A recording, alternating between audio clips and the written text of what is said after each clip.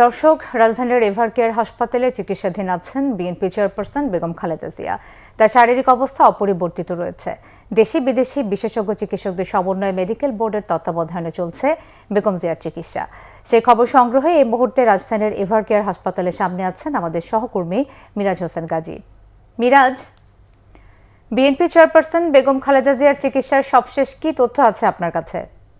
মিথিলা, আসলে অফিসিয়াল বা আনুষ্ঠানিকভাবে মেডিকেল বোর্ডের সবশেষ যেই তথ্য আনুষ্ঠানিকভাবে তারা দিয়েছিলেন সেটি আসলে এখন অফিসিয়ালি বলতে হবে যে সেই তথ্যটি, অর্থাৎ বেগম খালেদা জিয়ার স্বাস্থ্যের অবস্থা অপরিবর্তিত রয়েছে। সবশেষ উনি চিকিৎসকের যেই ট্রিটমেন্ট বা চিকিৎসাকে যে চিকিৎসা দিচ্ছেন সেইগুলো উনি সাড়া দিচ্ছেন বা চিকিৎসা নিচ্ছেন। এটি হচ্ছে যে ওনার স্বাস্থ্যের সেই অফিসিয়াল যেই তথ্যটি সবশেষ ছিল সেটি।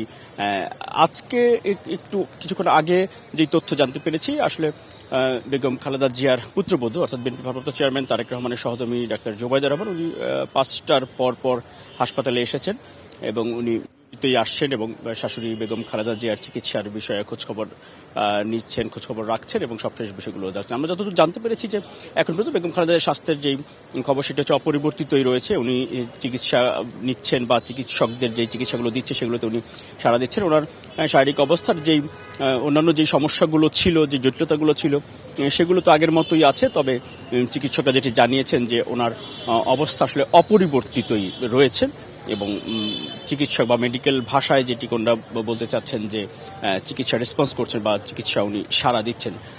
তাই মূলত হচ্ছে যে এছাড়া অফিসিয়ালি যেহেতু আর কোনো তথ্য জানানো হয়নি, অত দলের পক্ষ থেকেও এখনো কোনো নতুন কোনো তথ্য জানানো হয়নি। যেহেতু ওনার শারীরিক অবস্থা বিদেশে নেয়ার মতো সেই পরিস্থিতি তৈরি হলে হয়তো বিদেশে নেয়ার ব্যাপারে চিন্তাভাবনা করতেন, তখন পর্যন্ত যেটুকু জানানো হয়েছে যে ঢাকায় রেখে বা দেশে রেখেই ওনার চিকিৎসা চলবে, যেহেতু উনি আপনাকে ধন্যবাদ।